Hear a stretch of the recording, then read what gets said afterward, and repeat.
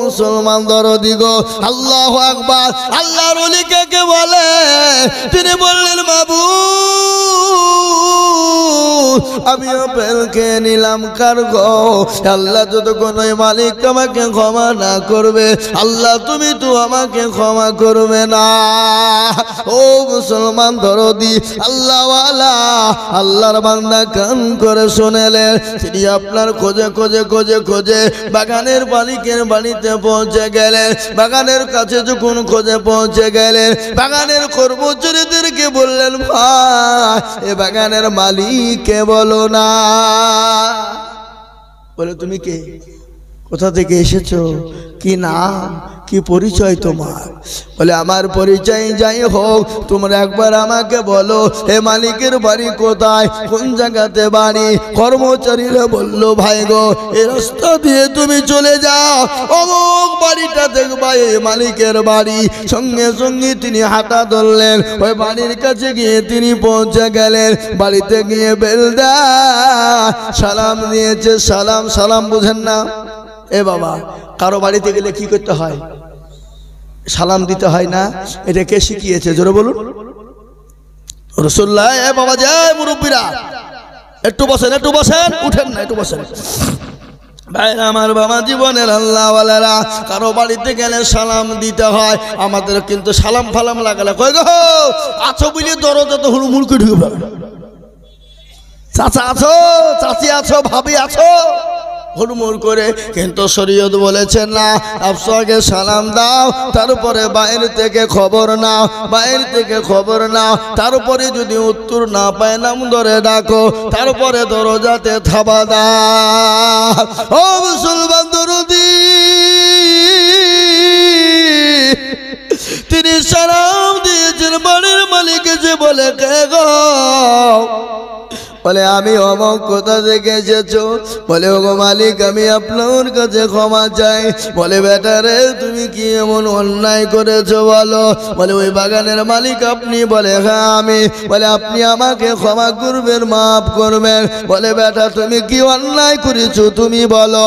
বলে মালিক খোদার তুলনায় পানির পিপাসায় নীল নদীর ধারে পানি পান করছিলাম, ইতিমধ্যে একটা আপেল ভেসে যায়, আর ওই আপেলটা তুলে আমি খোদার তুলনায় খেয়ে নি।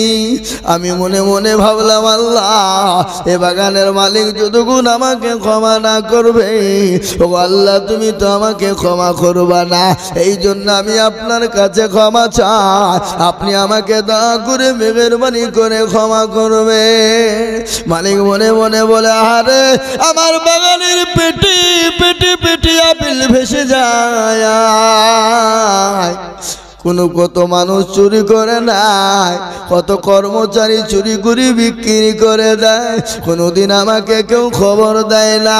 আর একটা আপেল বেঁচে যাচ্ছিল, আর আপেলটা তুলে খায়, এর জন্য আবার ক্ষমা চায়। এই সত্যিকারে আল্লাহর ওলি নাই ভণ্ড, তাকে পরীক্ষা করা লাগবে। বলে বাবা রে আমি তোমাকে ক্ষমা করে দেব, আমি তোমাকে মাফ করে দিব, কিন্তু বেটা শোনো আমি একটা শর্ত বলবো যদি তুমি মেনে না। বলে মালিক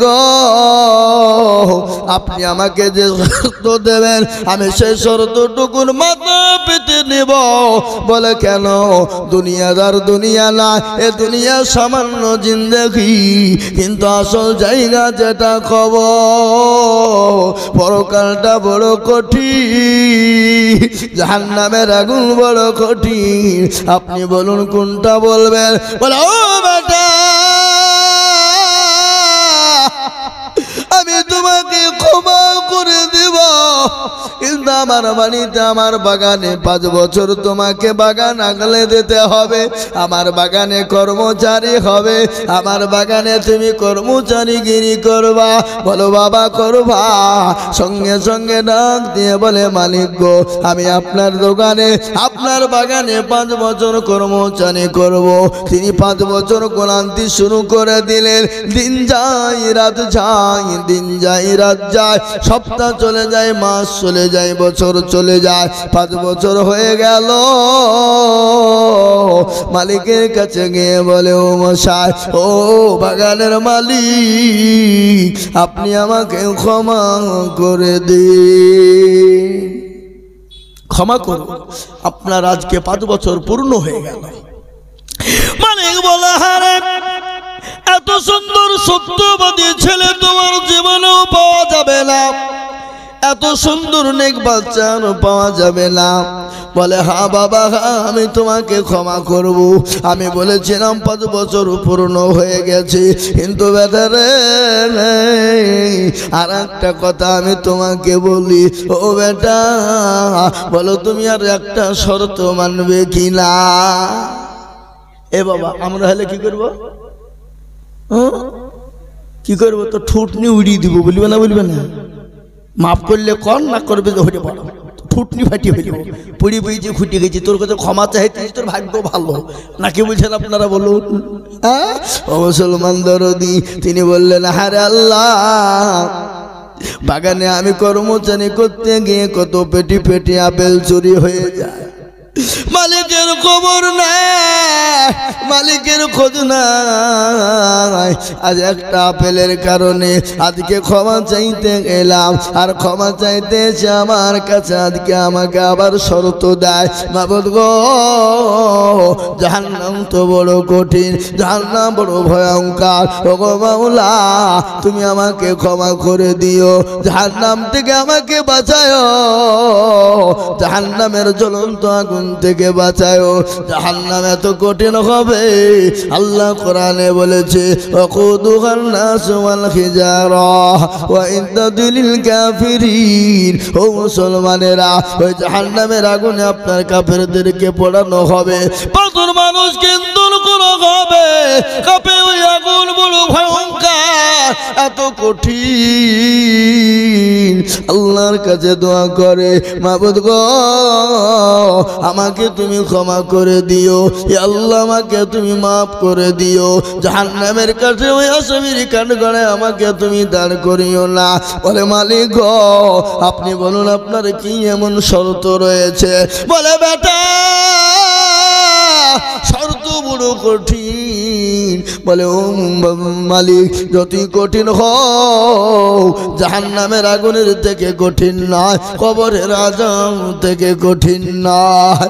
ও মুসলমান গো, আজকে কবরের কথা মনে পড়ে না, কবর বড় কঠিন, বাপরে, কবর বড় ভয়ঙ্কর।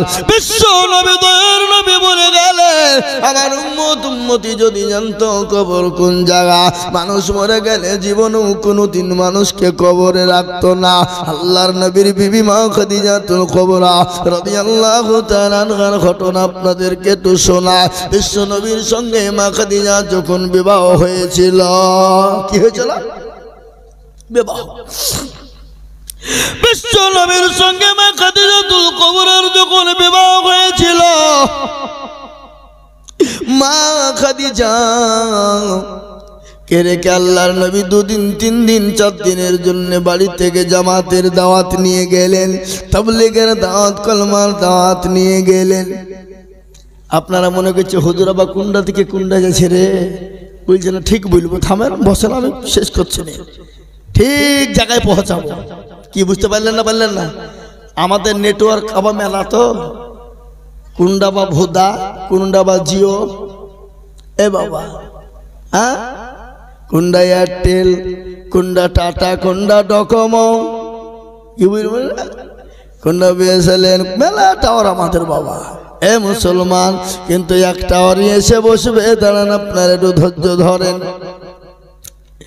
মুসলমান গো, আল্লাহ নবীর সঙ্গে মা খাদিজা রাদিয়াল্লাহু তাআলা আনহার সঙ্গে যখন বিবাহ হয়েছিল, আল্লাহর নবী মা খাদিজাতুল কুবরা রাদিয়াল্লাহু তাআলা আনহাকে রেখে গেলেন, কালেমার দাওয়াত নিয়ে তিনি গেলেন, বাড়িতে এলেন। বিশ্ব নবী, দয়ার নবী কয়েকদিন পরে এসে দেখছেন মা খাদিজা রাদিয়াল্লাহু তাআলা আনহা সঙ্গে সঙ্গে দরজা খুলে দেয়।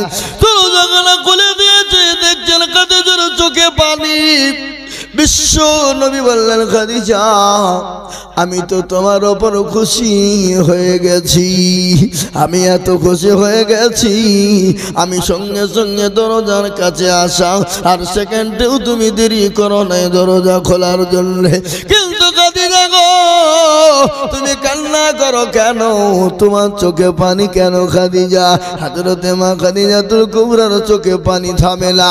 আল্লাহ নবী মা খাদিজার শরীরের দিকে লক্ষ্য করে যে শাড়ি কেনা ছিল ফেটে চূর্ণ বিচূর্ণ হয়ে গেছে, এমন ভাবে ছিঁড়ে গেছে সেলাই করার মতন কোনো জায়গা নাই। হযরতে খাদিজা বললেন, আল্লাহ নবী বললেন খাদিজা তোমার শাড়ি ছিঁড়ে গেছে বলে তুমি কান্না করো, তোমার শাড়ি ছিঁড়ে গেছে বলে তুমি কান্না করো। হযরতে মা খাদিজাতুল কুবরা বলেন নবী গো খোদার কসম করে বলে নবীজি আমার শাড়ি ছিঁড়ে গেছে বলে আমি কান্না করি না। বলে খাদিজা গো তোমার পানিতে বাজার নাই এই জন্য তুমি কান্না করো। আল্লাহ নবী বললেন খাদিজা তোমার পানিতে বাজার নাই এই জন্য তুমি কান্না করো। বিশ্ব নবী বললেন খাদিজা কান্না করো কেন? মা খাদিজা বললেন ইয়া রাসূলুল্লাহ ইয়া হাবিবাল্লাহ, ও আল্লাহর হাবিব আমার বাড়িতে বাজার নাই যেই জন্য কান্না করি না। বলে কান্না করো কেন বলো? বলে রাসূল গো আমি ওই কবরে কি করে একাই থাকবো গো খাদিজা? ইয়া রাসূলুল্লাহ আমি কি করে ওই কবরে থাকবো? কবর তো বড় কঠিন, কবর তো বড় ভয়ঙ্কর, কবর তো কাউকে চিনবে না। আমি অন্ধকার কবরে কি করে থাকবো? যে কবরে কোনো লাইট নাই, যে কবরে কোনো বাতি নাই, যে কবরে কোনো বিছানা নাই, যে কবরে কোনো সাথী নাই, যে কবরে কোনো বন্ধু বান্ধব নাই, আমি ওই কবরে কি করে থাকবো গো রাসূল? ও নবীজি আল্লাহ নবী বলেন খাদিজা রে তুমি চুপ, তুমি চন্না করো না। ও খাদিজা শোনো তোমাকে ওই কবরে পাহারা দেওয়ার জন্য তোমার সাথী কবরে আমার দুইজন বিবি তোমাকে পাহারা দেবে। কয়জন বিবি? জোরে বলুন না কয়জন? কথাটা কেমন মনে হয়েছে না?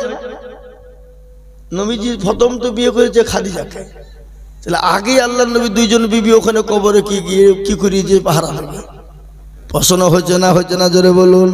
আল্লাহ নবীর বিবি খাদিজা কে বললেন খাদিজা ও খাদিজা তুমি কান্না করো না, আমি আর তোমাকে তুমি চিন্তা করো না, তোমার জন্য আমার দুইজন বিবি কবরে পাহারা দিবে, তোমার সাথে হবে। খাদিজা বলেন নবী গো আমার সঙ্গে তো আপনার প্রথম বিবাহ, ওগো নবী আমার আগে তো আপনার সঙ্গে আর কারো বিবাহ হয় না। ওগো নবীজি আমার সঙ্গে আমার সঙ্গে দুইজন সাথী হবে, আপনার আবার দুজন বিবি কে ছিল? আল্লাহ নবী বলেন খাদিজা গো আমার আল্লাহ আমার সঙ্গে জান্নাতে দুজনের সঙ্গে বিবাহ দিবে, একজনের নাম হলো আসিয়া আর আরেকজনের নাম হলো মারিয়াম। সুবহানাল্লাহ বলুন।